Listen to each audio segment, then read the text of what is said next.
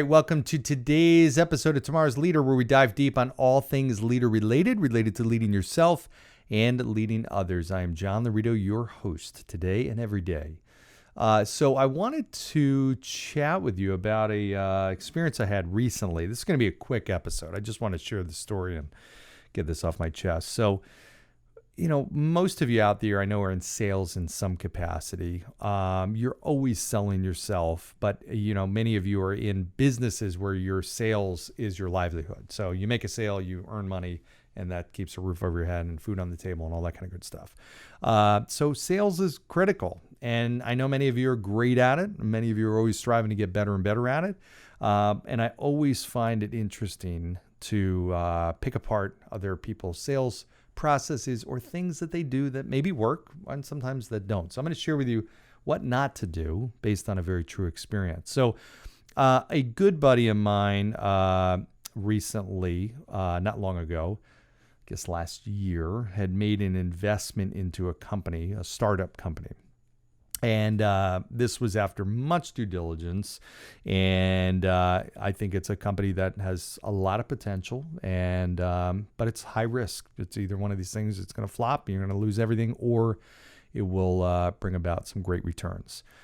So fast forward to 8 months later, and we get contacted by the CEO of the company and saying, "Hey, we've got another round.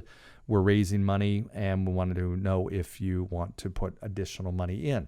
So my good buddy and I got on a phone call with this person and said, "Okay, give us the scoop. Tell us what's going on. What have you invested in? How's the business doing so far? What is this new money for? What's basically a state of the union?"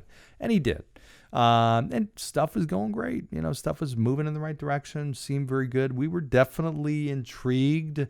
But there's a lot, that you don't know because it's not a public company. It's a very much still in the startup phase. You don't have a lot of data. You don't have a lot to go on other than what you're hearing. So you have to really pick it apart and really get to a place where you're either very comfortable or confident or reasonably or not. And you make a decision based on that. So when you're raising money, some people will say yes, some people will say no, just like any sales process. Well, we did a couple of calls, I think probably 3 all totaled. We went through a lot of questions, a lot of due diligence, not a ton of time, but what he was asking for was a lot of money. So absolutely, we're going to spend a lot of time going through that, trying to make a decision.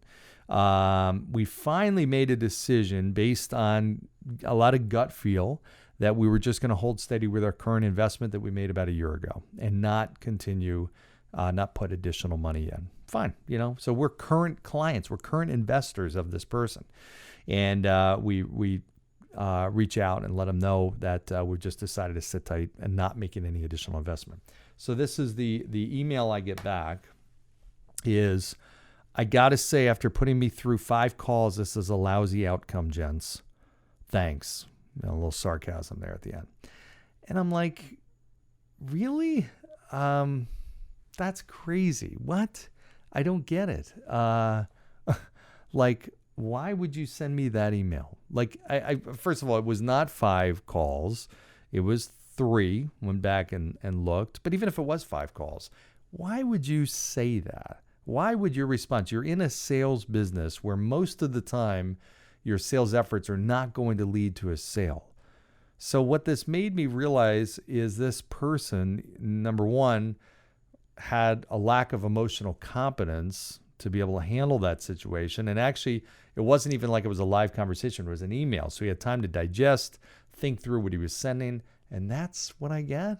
Really? Okay. Well, that tells me that you're not experienced enough in sales to understand that most of the time you're not going to get the positive outcome. But why would you respond? Did that make him feel that much better that he sent that email? I don't think so. But bottom line is, all it did for me was realize, wow, I'm really glad we made the decision not to put more money in. I mean, honestly, it just confirmed that we made the right decision because of his response. It just left a bad taste in my mouth. So in any event, what not to do when you lose a sale? Hey, move on. That's fine. Number one is now he lost the ability to go back to me and ask me for more money in the future because I'm not. But that's truly what happened. So he lost any potential future sales that he could have had with my buddy and I. Not just one of us, but both of us, because of that email. So again, you win the battle and you lose the war. Maybe he feels a little better because he shot that email and just got some frustration off his chest.